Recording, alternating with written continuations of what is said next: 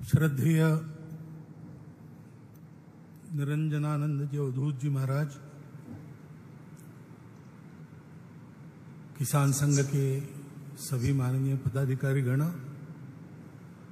एवं कार्यकर्ता बंधु भगिनी,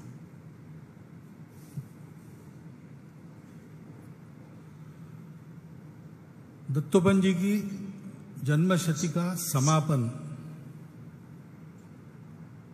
यह आज यहां एकत्रित आने का हमारा निमित्त है।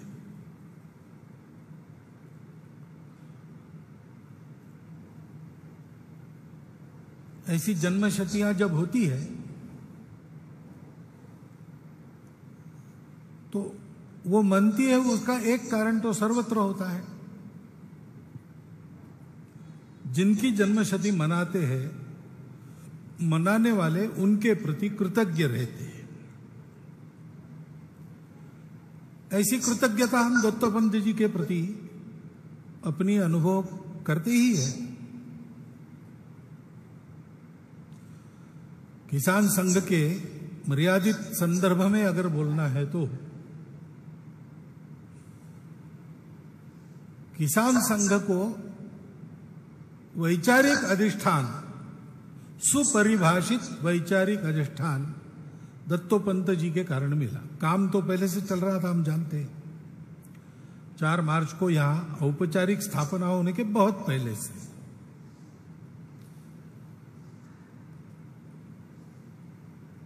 बाबूराव भाईद नाम के कार्यकर्ता थे, अपने संघ के स्वयंसेवक थे, संघ चालक भी थे। उनका अपना कृषि का व्यवसाय था और उसमें वो कुछ प्रयोग करते थे। क्या करने से किसान सफल खेती कर सकता है, यह उनके चिंता का हमेशा विषय रहता था। और भी कुछ समान चिंता रखने वाले स्वयंसेवक जुट गए, संघ के कार्यकर्ता जुट गए। उनके ध्यान में आया कि मिलकर ये उद्यम करें तो सारे कृषि जगत का लाभ होता है। उसमें से उनको ध्यान में आया कि ये जो हमारी परंपरा से पर्जन्यमान का अनुमान हम लगाते, नक्षत्रों के आधार पर कुछ योजना करते हैं, कहीं कहीं पर विशिष्ट व्रत का पालन करके और वर्ष भर की पर्जन्य की कृषि की भविष्यवाणी बताने वाले लोग रहते हैं। वो केवल भविष्यवाणी नहीं करते, वो तो घूमते हैं 15-20 दिन घूमकर चींटियां कैसे बरत रही है, पक्षी कौन से आ रहे कौन से जा रहे, ऐसा ये सारे जो प्रकार है अनुमान करने के, उसमें कुछ तथ्य है। तो उसका रिकॉर्ड बना के रिकॉर्ड रखना, उसके आधार पर निरीक्षण करना, उसके आधार पर निष्कर्ष निकालना, निष्कर्षों के आधार पर प्रयोग करना और प्रयोग में सफल हुए तो निष्कर्ष को पक्का मानना, ऐसा बहुत मंद गति से उनका काम चल रहा था। फिर उसको जरा अखिल भारतीय बनाने की बात मान ली गई तो भाऊ साहब बुस्कुट है उसमें, जो हमारे मध्य क्षेत्र के प्रचारक, वो स्वयं किसान थे, इसलिए उनको ही जिम्मा दिया गया।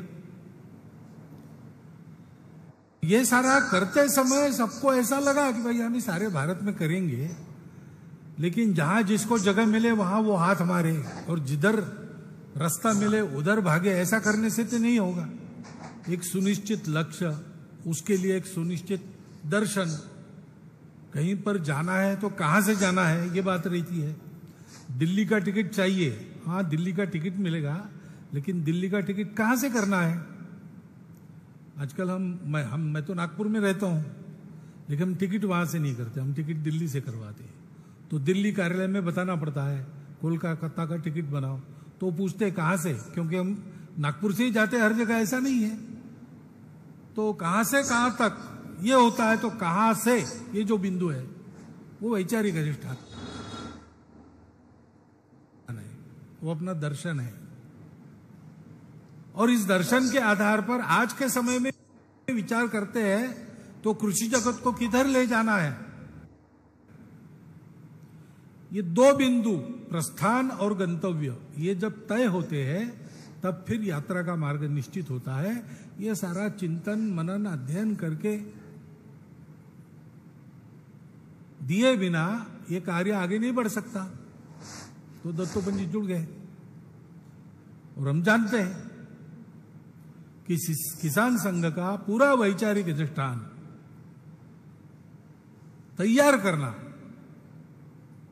अब अपने देश में तो 10,000 वर्षों से कृषि चल रही है,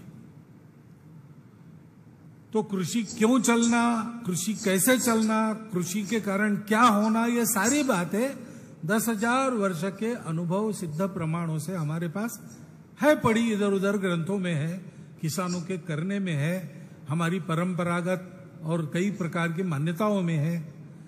इसका सारा अध्ययन करना, उसको संग्रहित करना, आज के देश काल परिस्थिति के अनुसार उसका क्या उपयोग, क्या प्रयोजन है, कौन सी बात अप्रयोजिक कालबाह्य हो गई, क्या छोड़ना, क्या, ये नित्य विवेक करना, और उसके आधार पर आज के कृषि जगत के लिए भाई हम यहां से चलते हैं, वहां जाना है, ये रास्ता है, ऐसा एक दर्शन देना। ये कार्य हमारे लिए दत्तोपंत जी ने संपन्न किया। और दूसरी बात है कि इस समय किसान संघ एक बहुत ही छोटी गतिविधि थी, उसको संगठन भी कहना मुश्किल था, उसकी कोई मान्यता नहीं थी, और पहले से काम करने वाले किसान जगत में नेता भी थे और किसानों की उन्नति के लिए तरह तरह के प्रयास करने वाले जानकार लोग भी थे। और इसलिए किसान संघ जो कहेगा उसका कोई महत्व नहीं था। और भी एक बात थी कि भारत की परंपरागत कृषि, इन शब्दों को सुनते ही लोग दूर भागते थे। परंपरागत ढंग की कृषि का प्रयोग करने वाले लोग थे, और भी लोग थे, लेकिन उनकी भी यही गति थी, क्योंकि सारे भारत के वैचारिक जगत में हमको जो कुछ लेना है वो पश्चिम से ही लेना है, और वही सही है, हमारा सब गलत है। इसका प्रभाव सर्वदूर छाया था, जिसका उपद्रव आज भी होता है, वो प्रभाव पूर्णतः गया नहीं है। और इसलिए अपने भारतीय विचार, अनुभव और परंपरा के आधार पर कृषि जगत को देशकाल परिस्थिति अनुसार इस अद्यतन समय में एक आदर्शवत कृषि जगत, भारत देश का कृषि जगत ऐसा बनाना, तो ऐसा बनाने के गंतव्य को कोई ना नहीं कहता था, लेकिन उसका आधार जो आपने चुना है वो एकदम गलत है। वो तो अभी छोड़ने लायक बन गया है, उसमें कोई दम नहीं। उस समय के लोगों को विज्ञान मालूम नहीं था, उनको कुछ मालूम नहीं था, हमारे पास लेबोरेटरी नहीं थी, हमारे पास वैज्ञानिक नहीं थे, हमारे पास एग्रीकल्चर कॉलेज नहीं थे, कहाँ है बताओ, नहीं थे, बात सच है। और इसलिए किसान संघ के काम का होना, अगर ये सारा डाटा कंप्यूटर में डालते तो कंप्यूटर उत्तर देता, ये काम होना ही नहीं चाहिए। कंप्यूटर में तो किसी को डाला नहीं लग रहा, अपने दिमाग के कंप्यूटर में जब लोग डालते थे सुनकर, तब उनको भी यही उत्तर आता था, ये काम होना नहीं, बेकार की बात है। इसलिए नितांत उपेक्षा की अवस्था में, और कोई साधन नहीं, कार्यकर्ता नहीं, ऐसी अवस्था में किसान संघ को दिग्दर्शित करते हुए सब कार्यकर्ताओं के साथ चलाते चलाते चलाते आज की स्थिति में लाना, जहां तक भारत के और केंद्र सरकार के और राज्य सरकार के बैठकों में भी विचार विनिमय भी उसको बुलाया जाता है, एक महत्वपूर्ण घटक माना जाता है। इस अवस्था तक उसको लाना, ये जो उपेक्षा और विरोध के कालखंड को पार करने का बाह्य दृष्टि से बड़ा कठिन उद्यम रहता है, उसमें वही हमारे एक तरह से नेता थे। और ऐसे कठिन समय में संगठन को उन्होंने पार कराया, और इसलिए इस कृतज्ञता भाव से हम उनकी जन्मशती करते हैं, करनी ही चाहिए, ये कृतज्ञता भाव होना ही चाहिए। व्यक्ति ने संगठन के लिए क्या दिया, व्यक्ति ने राष्ट्र जीवन में क्या दिया, इसको जितने अधिक लोग समझेंगे और उसका ऋण मानेंगे उतना उनका अपना रास्ता ठीक रहेगा। मेरे पूर्वजों ने, मैं बड़ा धनवान श्रीमान बना हूं, विरासत में बड़ी संपत्ति मिली है, तो उस संपत्ति को कमाने में मेरे पूर्वजों ने कितने कष्ट किए ये जब तक याद रहता है, या ऐसे समय में हमने कैसे कष्टों में दिन बिताकर और इस प्रकार का और एक सुविधाजनक जीवन पाया संगठन की दृष्टि से, ये जब तक याद रहता है तब तक आगे के जीवन में भी वो परिश्रम कायम रहता है। उस मिले हुए विरासत में मिले हुए संपत्ति की और कीमत मन में जागृत रहती है। 8वीं के क्लास में हम कहानी सुनते थे, एक सुल्तान था, उसका एक वजीर था अयाज नाम का, अंग्रेजी के पाठ में थी वो कहानी, और उसमें ये सब नाम है। तो अब राजनीति है तो राजनीति में जलते ही है लोग, जो आगे जाता है उस पर बाकी सारे जलते हैं, और टांग खिंचाई का काम हमेशा ही चलता है, तब से है। तो वो सुल्तान का वो बड़ा प्यारा वजीर था अयाज नाम का, बुद्धिमान भी था, कर्तृत्व संपन्न भी था, सब काम अच्छे भी करता था, इसलिए राजा का प्रिय भी था, सत्ता संपत्ति सब कुछ उसके पास था, राजा का विश्वास भी प्राप्त था, दरबार में लोग जलते थे। तो उन्होंने जरा उसकी मीन में खोजना प्रारंभ किया तो उनके ध्यान में आया कि ये रोज रात को 12 बजे अपने घर से बाहर निकलकर शहर के परकोटे में चोर दरवाजे से बाहर चला जाता है जंगल में, और 1-2 घंटे के बाद वापस आता है, क्या करता है पता नहीं।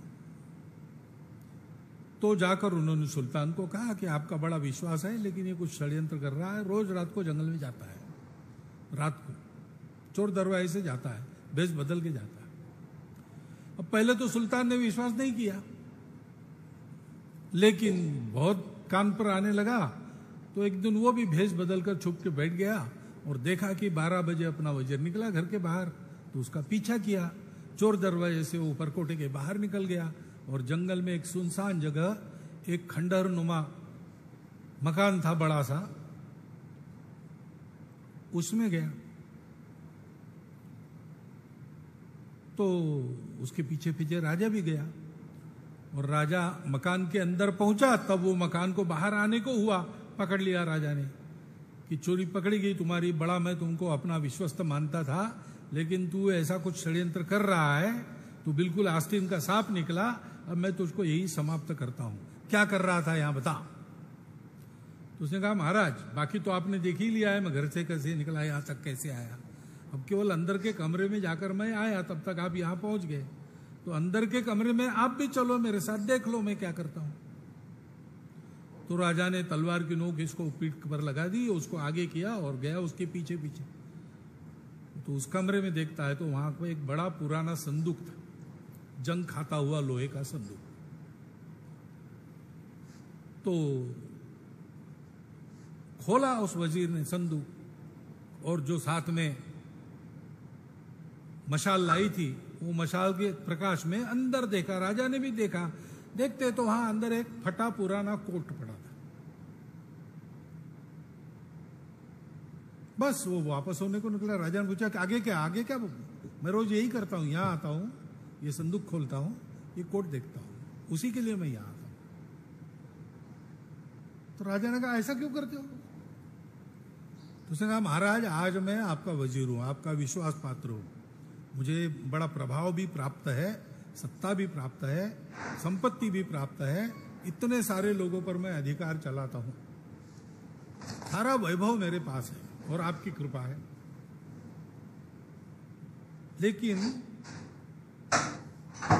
ये मेरे पिताजी ने जो किया उसका फल है।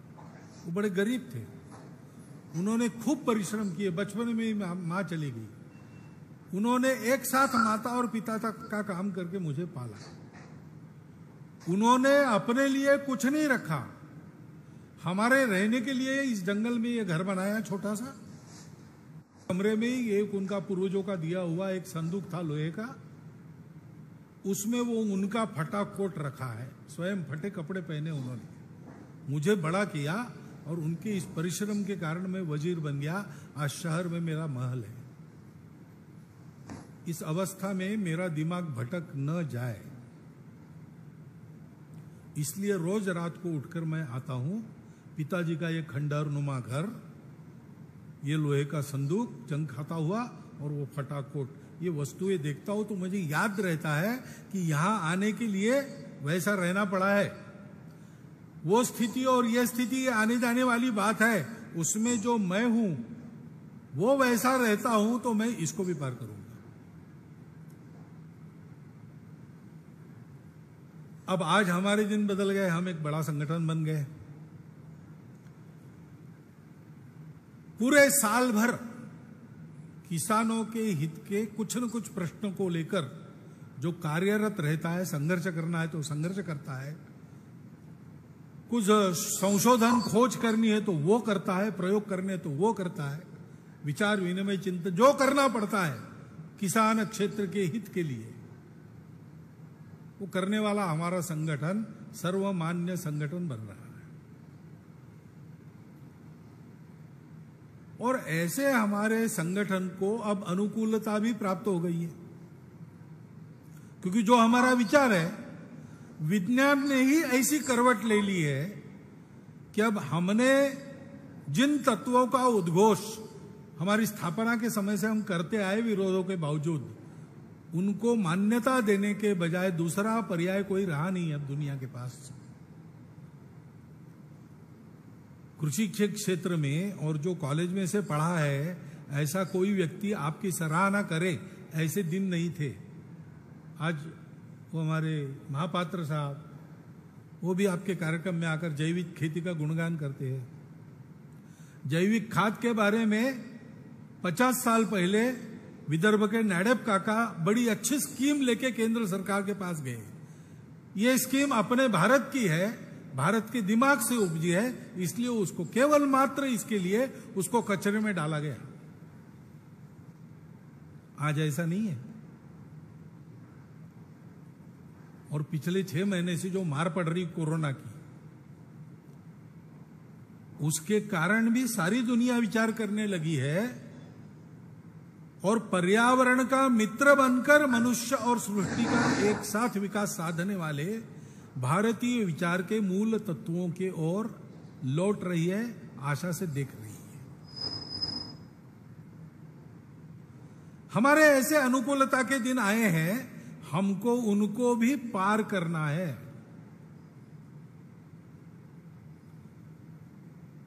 क्योंकि हमारा एक विशिष्ट दर्शन है, केवल हमको बड़ा संगठन बनना है, इसलिए हम बड़े नहीं हुए, हम एक ध्येयवाद लेके बड़े हुए। जैसे दत्तोपंत जी ने ये जो सब कुछ किया, कितने क्षेत्रों में दत्तोपंत जी ने किया, कला के क्षेत्र में, किसानों में, मजदूरों में, छात्र संगठनों में, जीवन के कई अंगों में अपने परंपरागत विचार के आधुनिक भाष्यकारों के वे सफल प्रवक्ता और प्रयोगकर्ता बने। देश के विद्वानों में, देश के मजदूर किसान क्षेत्र के विभिन्न संगठनों के नेतृत्व गणों में उनका नाम लेते हैं तो लोग आदर से नमस्कार करते हैं। लेकिन ये काम उन्होंने क्यों किया? स्वयं को बड़ा बनने के लिए नहीं किया, ये राष्ट्र के लिए आवश्यक था। और राष्ट्र के लिए जो प्रयास चल रहा था, जिसके वो घटक थे, उसकी योजना थी कि इसमें उन्होंने दिमाग लगाना है, इसलिए उन्होंने लगाया। ऐसे हमको बड़ा इसलिए बनना है कि बड़ा होकर हमको कुछ काम करना है। बड़ा बनने के लिए हम बड़ा नहीं बन रहे, हमारे बड़े बने बिना वो काम होगा नहीं, और काम होना राष्ट्र की दृष्टि से अत्यंत आवश्यक है, भारत के कृषि जगत के लिए अत्यंत आवश्यक। और इसलिए हमारे पास एक नया दर्शन और नया तरीका कृषि का देने की जिम्मेवारी आई। नया मैं कहता हूं यानी आज की दुनिया को नया है, लेकिन हमारे लिए पुराना ही है, भारत के लिए। हमारे यहां कृषि ये पेट भरने का या पेट भरने के लिए व्यापार करने का विषय कभी नहीं था। हमारे यहां कृषि को हमेशा प्रकृति के आशीर्वाद के रूप में, साक्षात वैभव की देवता लक्ष्मी के रूप में देखा गया। श्री सूक्त देखिए, जो वेदों में अति प्राचीन है, उसमें जो लक्ष्मी का वर्णन किया है, वो लक्ष्मी के रूप में प्रमुख बातें कृषि वैभव की, वन वैभव की, पशु वैभव की, और बाद में धन, यानी धन जिनसे बनता है ऐसे धातुओं की, ऐसी आई है। और उतनी ही तुल्यबल बात दूसरी रखी है, वो संस्कारों की रखी है।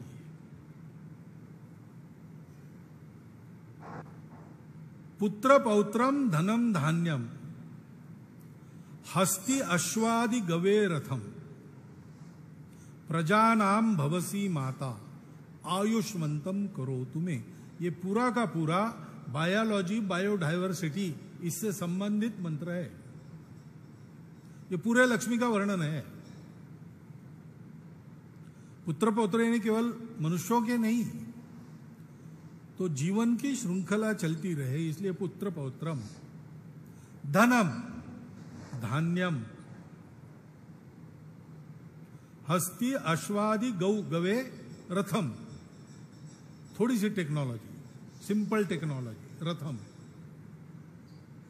प्रजानाम भवसी माता, जो प्राण लेकर चलने वाले जन्मे हुए जीव है, उसमें वनस्पति प्राणी दोनों आते हैं। आयुष्मंतम को रोक तुम्हें, इसकी सहायता से मैं मेरे आयुष्य का वर्धन करूंगा, यानी पूरी आयु जीऊंगा, सुखपूर्वक जीऊंगा, सार्थक जीऊंगा।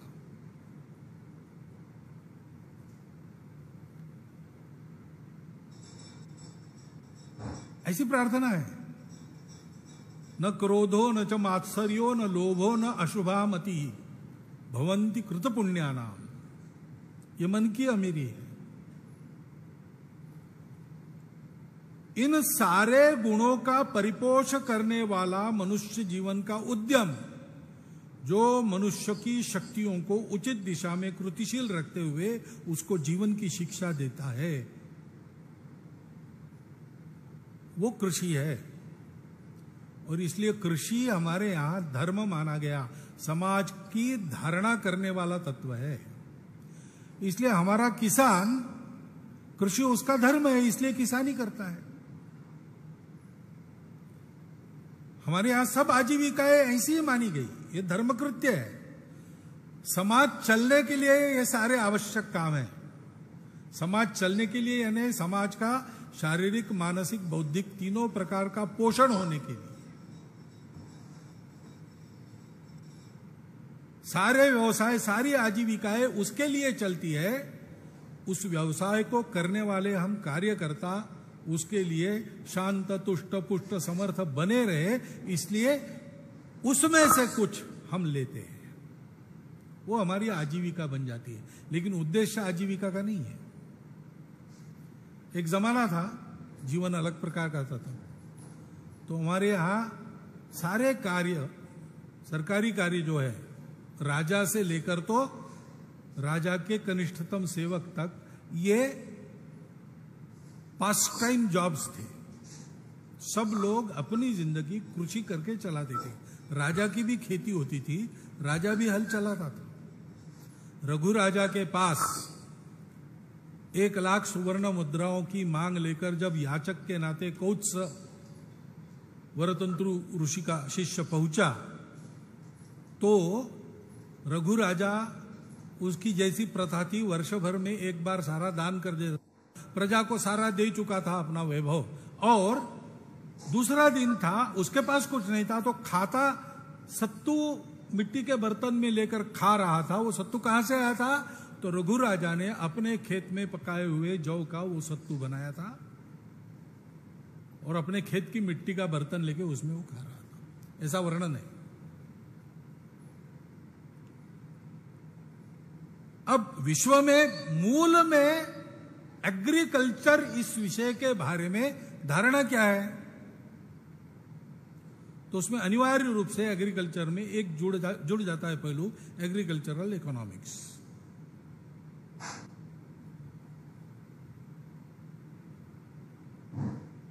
उसको एक व्यापार के नाते, एक धंधे के नाते देखते, अच्छी भावना से, मैं उसमें उनकी कोई दुर्भावना है ऐसा नहीं है, लेकिन ऐसा ही सोचते हैं तो उनके ध्यान में नहीं आता कि मनुष्य जीवन का, सृष्टि जीवन का पोषण करने वाला ये जो धर्म कर्तव्य है उसको हम व्यापार में खींचकर मनुष्यों के एक हिस्से के द्वारा स्वयं का पोषण करते हुए मनुष्यता के अन्य हिस्से का शोषण करने वाला व्यापार बना रहे हैं। और इसलिए कृषि क्षेत्र में इस वैचारिक आमूलाग्र क्रांति को लाने से लेकर तो आज के समय के अनुरूप, विश्व की आवश्यकता के अनुरूप इस धर्म का आचरण इस भावना से कैसे सफलतापूर्वक किया जाता है, क्योंकि धर्म वह है जो सर्वत्र सुख और आनंद देता है, जिससे दुख मिलता है वो धर्म नहीं है। तो सर्वत्र सुखमय और श्रेय और प्रेयस दोनों की प्राप्ति करा देता है, अभ्युदय और निश्रेयस दोनों की प्राप्ति करा देता है। ऐसा ये धर्म, उसका आज आचरण कैसे करना, उसका मानक हमको भारत में प्रस्थापित करना है। और ऐसा भारत का किसान करे, हम करे, यानी हम जिस अखाड़े से आते हैं उसकी प्रतिज्ञा है, विजयत्री चन संवता कार्य शक्ति विधायास्य धर्म से संरक्षण परम वैभवम नहीं तुम्हें तत्सुराट। यहां बैठा हुआ प्रत्येक कार्यकर्ता ये न सोचे कि ये मैं करूंगा, इसमें मैं भी करूंगा, लेकिन ये कौन करेगा? भारत के किसान करेंगे, उनकी संगठित कार्य शक्ति करेगी, उनका विचार ऐसे बनेगा, उनका परिश्रम ऐसे रहेगा, उनका संस्कार ऐसे रहेगा, और इस मार्ग में आने वाली बाधाओं को भी हटाने का काम वो करेंगे। विचारों से सबको संस्कारित करेंगे, प्रेरणा देकर सबको सक्रिय बनाएंगे और मार्ग की सारी बाधाएं हटाकर ऐसी कृषि जो संपूर्ण सृष्टि के जीवन का पोषण करती है, अन्न धान्य से लेकर धन धान्य की समृद्धता से लेकर तो संस्कारों की समृद्धता तक सारी बातें जिस कृषि से निकलती है, उस कृषि को आधुनिकतम रूप देकर उसको प्रचलित करने का काम हम करेंगे। अब यह सुनते हैं तो भी, मैं बोल रहा हूं तो मेरे मन में भी, और आप सुन रहे हो तो शायद आपके मन में भी ये लगता होगा कि बहुत ऊंची बात है भैया, इतनी बड़ी बात हम कहां करेंगे। लेकिन आप कल्पना कीजिए कि जब किसान संघ प्रारंभ करना ऐसे उस समय के कार्यकर्ताओं ने सोचा होगा और लोगों के सामने कल्पना रखी होगी, तो उस समय किसान संघ के आज के रूप को देख पाना भी असंभव ही लगा होगा। लगा था, ये मैं प्रत्यक्ष जानता हूं, क्योंकि मैंने वो कल्पनाएं सुनी है और मैंने उस पर की प्रतिक्रियाएं सुनी है। हो नहीं सकता, जैसे हिंदू समाज का संगठन नहीं हो सकता, वैसे उस तरीके से कृषि हो नहीं सकती, इस प्रकार किसान संगठित हो नहीं सकता, इसके पीछे कोई खड़ा नहीं रहेगा। लेकिन वहां से यहां तक दत्तोपंत जी उसको लेके आए, दत्तोपंत जी के साथ उनके दिग्दर्शन में कार्यकर्ताओं को उन्हें परिश्रम किया, लेके आए। वो जो सामर्थ्य है, वो सामर्थ्य जिस तपस्या से दत्तोपंत जी को मिला, वो जो गुणवत्ता है जिसके कारण असाध्य को साध्य किया गया, प्रतिकूल को अनुकूल बनाकर चलाया गया, वो गुणवत्ता वो हमको चाहिए। उसके लिए स्मरण करना है दत्तोपंत जी को, उसके लिए उनकी शताब्दी मनाना है। पहली बात है कितना बड़ा व्यासंग दत्तोपंत जी ने किया, कितना बड़ा अध्ययन उन्होंने किया। ये कोई उनको जन्म से नहीं मिला था, जैसे कहते हैं पूजनीय गुरु जी की प्रतिभा जन्म से थी। हाँ, बुद्धि कम ज्यादा कुशाग्र जन्म से होती है, तो उनकी बुद्धि कुशाग्र थी, परंतु इसके लिए तो परिश्रम ही करना पड़ता है। बाला साहब बताते थे, जीनियस इज 10% इंस्पिरेशन, 90% परस्पिरेशन। कितने परिश्रम पूर्वक दत्तोपंत जी ने यह सारा अध्ययन किया। इसके लिए समय देना पड़ता है। सार्वजनिक जीवन में विद्यालय के दिनों से वो सक्रिय थे, पढ़ाई में अच्छे थे, सार्वजनिक जीवन में सक्रिय थे, और फिर भी अध्ययन के लिए समय निकालकर इतना सारा अध्ययन, वेदोपनिषदों के तत्वज्ञान से लेकर तो खलील जिब्रान की शायरी तक, और जीव शास्त्र में आधुनिकतम क्या संशोधन हुआ है वहां से लेकर तो कृषि क्षेत्र में बीज के गुणन शास्त्र तक सारा अध्ययन करना, दुनिया भर के प्रवाहों को समझना, भूतकाल के प्रवाह, आज के प्रवाह, भविष्य का वेद लेना, ये सारा अध्ययन चिंतन स्वस्थ मन से करना, शांत मन से करना, और ये सारा करते हुए हमेशा हंसता रहना, चिड़चिड़ा नहीं होना, और इतना सारा विद्या भार प्राप्त करना अपने परिश्रम से, तो वो तो जानते ही थे कि मेरे पास इतना कुछ है, फिर भी विनम्र रहना। जैसे फल से जितना लगता है वृक्ष, वो और नीचे झुकते चले जाता है, वैसे छोटे से बड़ों तक बहुत सहजता से मिलना जुलना, हंसना खेलना,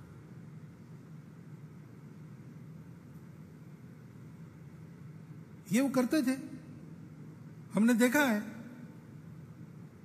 मुझे लगता है आप में से बहुत लोगों ने, अभी बहुत लोग हैं जिन्होंने देखा है दत्तोपंत को।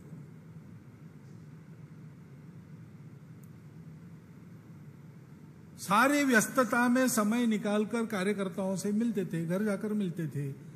कार्यकर्ता किस पद पर है, कार्यकर्ता का आर्थिक मान कैसा है, कुछ नहीं देखते थे। जो कार्यकर्ता है वो झुग्गी झोपड़ी में रहता हो, जंगल में रहता हो, कहीं रहते, जाकर मिलकर आते थे।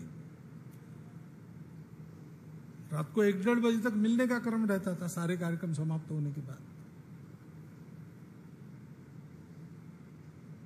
क्योंकि ये सारा करते, तपस्या करते हैं, तो तपस्या की जो उग्रता आती, वो उग्रता उनके पास नहीं थी। तपस्वी होना तुलनात्मक दृष्टि से आसान है, लेकिन कठोर तपस्या करने के बाद उस तपस्या की उष्णता, उग्रता आदमी को सुखा के वृक्ष बना देती है। लोक संग्रह में ये काम का नहीं है। जिसको अपने जैसे लोग खड़े करने हैं, उसको इस तपस्या के सारे तेज को संभालना पड़ता है, और सबके लिए सहज सुलभ रहना पड़ता है। आपन तेज सवारो आपे, ऐसा इतने तपस्वी, इतने विद्वान होकर भी हम कॉलेज में पढ़ते थे, हमारे जैसे छात्रों को भी दत्तोपंत जी को रात को 10 बजे जाकर मन में आए हो एक सीधा प्रश्न, सरल प्रश्न किसी को पूछते थे तो उत्तर मिल सकता था, उनको पूछने में कोई संकोच नहीं होता था, और कभी वो चिढ़े नहीं, उसका उत्तर देते थे। बहुत ही थके होंगे तो कल सुबह आओ, बताऊंगा मैं, ऐसा बता। मन में करुणा है, सतत सत्य का अन्वेषण कर रहे, मन में करुणा है, सत्य का अन्वेषण करने में तपस्या है, लेकिन उसके कारण अहंकार नहीं है, और अहंकार नहीं है तो सारी की सारी पवित्रता घर बनाती है अपने मन में। पवित्रता ढूंढने के लिए बाहर नहीं जाना पड़ता, पवित्रता आकर अपना वर्ण कर लेती है, अंतर्बाह्य शुचि हो जाता है। ऐसा जीवन, अपने लिए कोई आकांक्षा नहीं, सबकी चिंता। संगठन की व्यवस्था को मानने का सोच,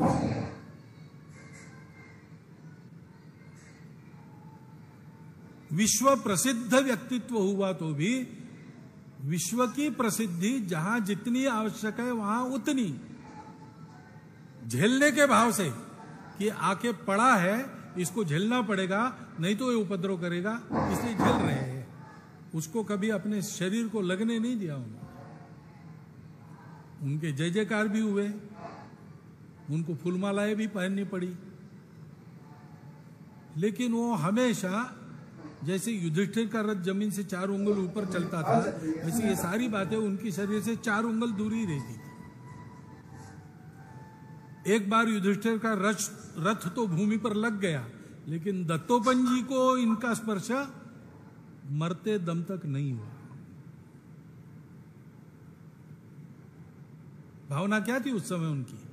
एक ग्रंथ पूरा किया था उन्होंने, और उसका हस्तलिखित कार्यकर्ता के हाथ में दिया, बताया कि मुझे बताया हुआ संघ ने आखिरी काम आज मैंने पूरा किया, ये उनका वाक्य है। और अगले दिन वो चले गए। ऐसा उनका जीवन था। उनकी वो तपस्या हमको भी करनी पड़ेगी। आने वाले युग में परंपरा तो हमारे पास है, उसका भी अध्ययन करना पड़ेगा, क्योंकि बहुत सी बातें स्मरण से चली गई है समाज के, हमारे भी खोजना पड़ेगा। और समय बदलता है, समय बदलता है तो कई बातें बदलती है, बदलनी चाहिए। और कई बातों को बदलने के चक्कर में जो नहीं बदलना चाहिए वो नहीं बदलना चाहिए। शाश्वत क्या है, तात्कालिक क्या है, नित्य क्या है, अनित्य क्या है, उसको करते समय पद्धति में कर्तव्य क्या है, अकर्तव्य क्या है। काम होने के लिए सब कुछ जायज है, ऐसा नहीं। काम करेंगे लेकिन ऐसा करेंगे, ये भी तय है। समय बदलता है, रूप कैसे बदलना। टेक्नोलॉजी आती है तो कई बातें बदल जाती है, कुछ तो बदलनी ही पड़ती है, कुछ निर्धार पूर्वक नहीं बदलेंगे ऐसा आड़ना पड़ता है। अब किसान का और फसल का मान बढ़ाने के कई तरीके हैं। ऐसे भी तरीके हैं जो किसी प्रकार की हानि नहीं करते, पर्यावरण की, निसर्ग की, उनको अपनाना चाहिए। लेकिन अब कितना भी वैज्ञानिक हवाला देके कोई कहेंगे कि ये हम करेंगे, थोड़ी सी छेड़छाड़ उनके जनुकों के साथ होगी, जीन्स के साथ होगी, तो उसके परिणाम किसको पता है? अभी विज्ञान को भी पता नहीं। तो ऐसी आधी पक्की तकनीकी हम क्यों लेंगे भाई? हम नहीं लेंगे। अब सारा वैज्ञानिक जगत कहता भी होगा, नहीं कहता है सारा वैज्ञानिक जगत, लेकिन मान लीजिए कह भी दिया जाए तो भी हम क्यों मानेंगे भाई? हम तो व्यावहारिक विचार करते हैं। आप बता रहे ठीक है, ज्ञान आपका बिल्कुल पक्का है, उसके परिणाम क्या होंगे आगे तक, वो सोच है क्या आपके पास? इसका अध्ययन किया है क्या आपने? एक आदमी पड़ोसी के पास गया कि मेरा कुत्ता हाफ रहा है, पड़ा है, बुलाया तो भी मुंडी ऊपर नहीं करता, क्या हुआ है उसको पता नहीं। तो उसने कहा मेरे कुत्ते को ऐसा हुआ था, तब मैंने उसको टिंचर आयोडीन पिला दिया था। ठीक है, मैं भी करके देखता हूँ। उसने टिंचर आयोडीन पिलाया कुत्ते को, तो मर गया वो बेचारा, और क्या होगा? तो आया वापस चिल्लाते पड़ोसी के पास, तो तुमने बताया इसलिए मैंने टिंचर आयोडीन पिया, मर गया। बोले अच्छा, मेरा भी कुत्ता मर गया था। तो कुत्ता मर जाने के बाद आप बताएंगे कि बात ठीक है, ऐसे ही हुआ था, तो उसमें नुकसान तो हमारा है, आपका क्या है?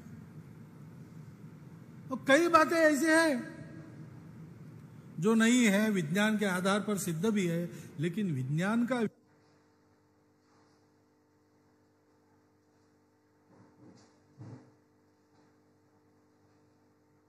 विचार आज का विचार है। नीति निर्धारकों का आधार वो आज का दिखने वाला वर्तमान का लाभ है। राजनीतिज्ञों का विचार जो पॉपुलर है उसके पीछे जाने का है। किसान का विचार क्या होगा? किसान का विचार होगा कृषि के लिए, प्रकृति के लिए, मेरे लिए, समाज, राष्ट्र, मानवता के लिए लाभकारक क्या है। और यहां मत बदलिए स्वार्थ लाभ की आशा से, इसको भी सिखाना पड़ता है। वो करने के लिए जो संतुलित भाषा चाहिए, संतुलित दिमाग चाहिए, विरोध सहन करने की शक्ति चाहिए, सारी बातें दत्तोपंत जी ने हमारे साथ काम किया, हम जानते हैं उनकी शैली में कैसी दृष्टि चाहिए। क्योंकि आखिर हमको कोई अलग अलग गुट करके अपने गुट को प्रभावी बनाने ये काम तो नहीं करना है। हमको तो संपूर्ण समाज का संगठित रूप देखना है, और संपूर्ण समाज के संगठित रूप की प्रयोजन की महती ये गाई हमारे परंपरा ने कि ऐसा हमारा समाज सारी दुनिया को संगठित समाज बनाएगा। वसुधैव कुटुंबकम होगा। और इसलिए दत्तोपंत के शैली में ये जो सारा उद्यम था, अध्ययन था, स्वाध्याय था, प्रयोग की प्रवृत्ति थी, उसके लिए स्वयं को तैयार करने का उपक्रम था, नित्य सीखने की बुद्धि थी।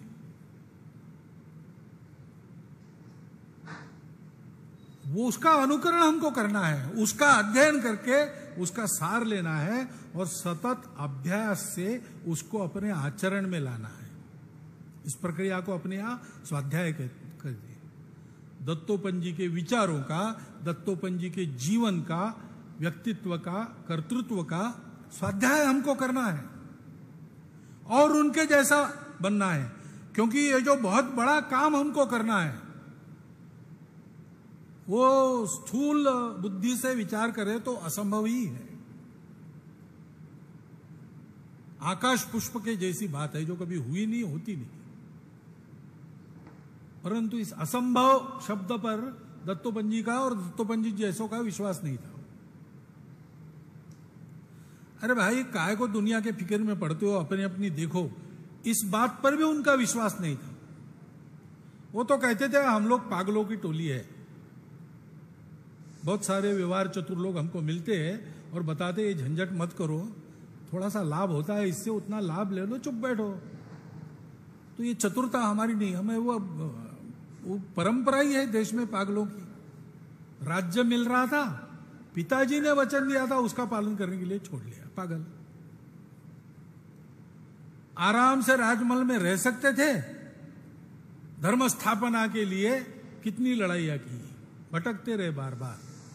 चैन से एक जगह ठिकाना मिल गया द्वारका में तो उसको छोड़ के लग गए महाभारत के युद्ध की रचना करने की, पागल। तथागत पागल, घर छोड़ के गए दुख दूर करने के लिए दुनिया का। शिवाजी पागल, ये पागल, वो परंपरा ही है देश में, उसी में हम आए। अब हम क्या करें? हमको समझाने की झंझट में मत पड़ो। जिनको ये स्वार्थ चाहिए वो हमारी छाया न पड़ने दे, उसमें उनका भी भला है, हमारा भी भला है।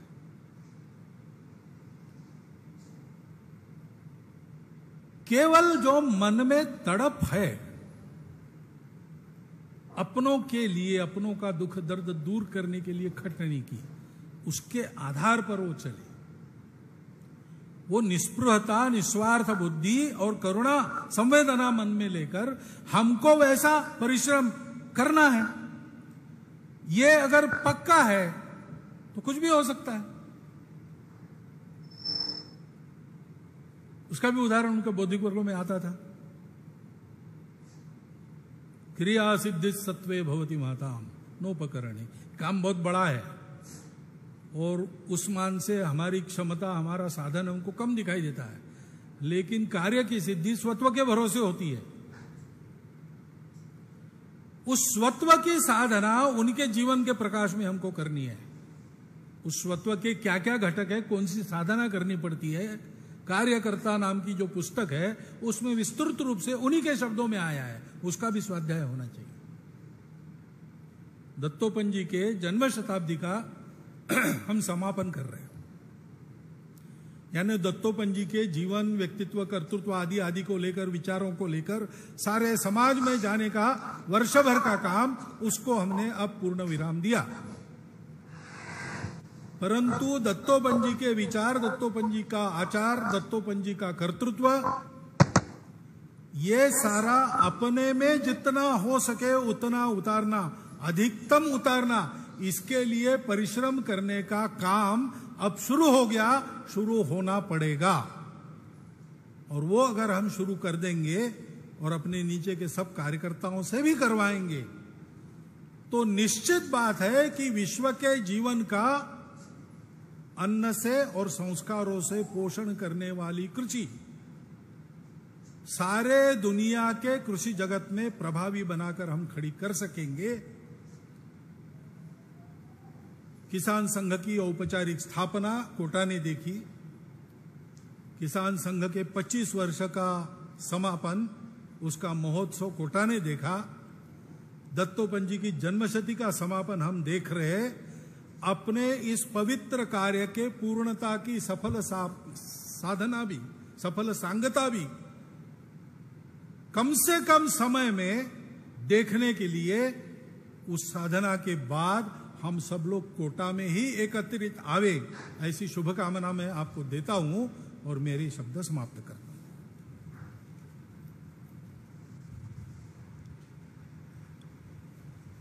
मैं कैलाश जी गोंदलिया से विनती करता हूं वो आभार प्रकट करने के लिए शीघ्रता करें।